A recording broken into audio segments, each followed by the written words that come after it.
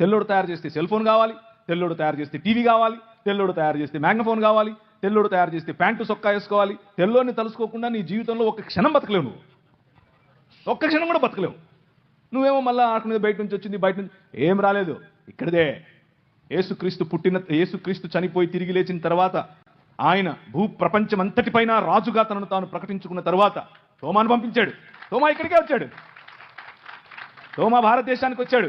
మొదటి శతాబ్దంలోనే వచ్చాడు. బ్రిటిష్ వాళ్ళు తెచ్చాడంటే ఏంటి నువ్వు తెలియక? ఇక్కడ ఉన్నటువంటి బౌద్ధం జపాన్ వరకు వెళ్ళలేదా? ఇక్కడ ఉన్నటువంటి బౌద్ధం ఎందుకు ఈ దేశంలో లేకుండా పోయింది? ఇక్కడ పుట్టినటువంటి బౌద్ధాన్ని ఏమాత్రం ఉద్ధరించారు మీరు? తరిమేశారుగా. ఒక తల ఇస్తే ఇన్ని బంగారు నాణ్యాలు ఇస్తాము అని పుష్యమిత్ర శృంగుడు చెప్పలేదా? సో ఇక్కడ పుట్టిన దాన్ని ఏదో ఉద్ధరించినట్లుగా మాట్లాడకూడదు. అలాగే బయట పుట్టింది అని దేన్ని చెప్పడానికి వీల్లేదు. ఎందుకు అనంటే ఇదంతా ఒక్క ప్రపంచం. ఇది మా నాయనది, మా నాయన ప్రపంచం. ఇది మా నాయన ప్రపంచంలోకి మా నాయన వచ్చాడు. మధ్యలో నీదేంటి సమస్య? ఇక్కడికి వచ్చాడు అంటున్నారు. మరి ఇక్కడి నుంచి అక్కడికి వెళ్ళారు అని ఎందుకు చెప్పరు? ఇక్కడి నుంచి అక్కడికి వెళ్ళిన వాళ్ళేగా, అక్కడి నుంచి వచ్చిన వాళ్ళేగా వీళ్ళు.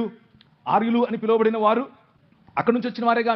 ఇది కేవలము మనుషుల మధ్యలో విభజన తీసుకుని రావటానికి వాడే అవాక్కులు చవాక్కులు, అంతకుమించి ఇంకేమీ లేదు, అంతకుమించి ఇంకేమీ లేదు. కాబట్టి భారతదేశంలో అనేక మతాలు ఉండొచ్చు, అందులో ఇబ్బంది ఏమీ లేదు. అలాగే క్రైస్తవ మతాన్ని మతంగా అసలు మేము మతంగా చెప్పటమే లేదు కదా. వస్తున్నది దేనితో? ఒక భావజాలం. ఏంటా భావజాలం? మనుషులందరూ సమానం. ఏంటా భావజాలం?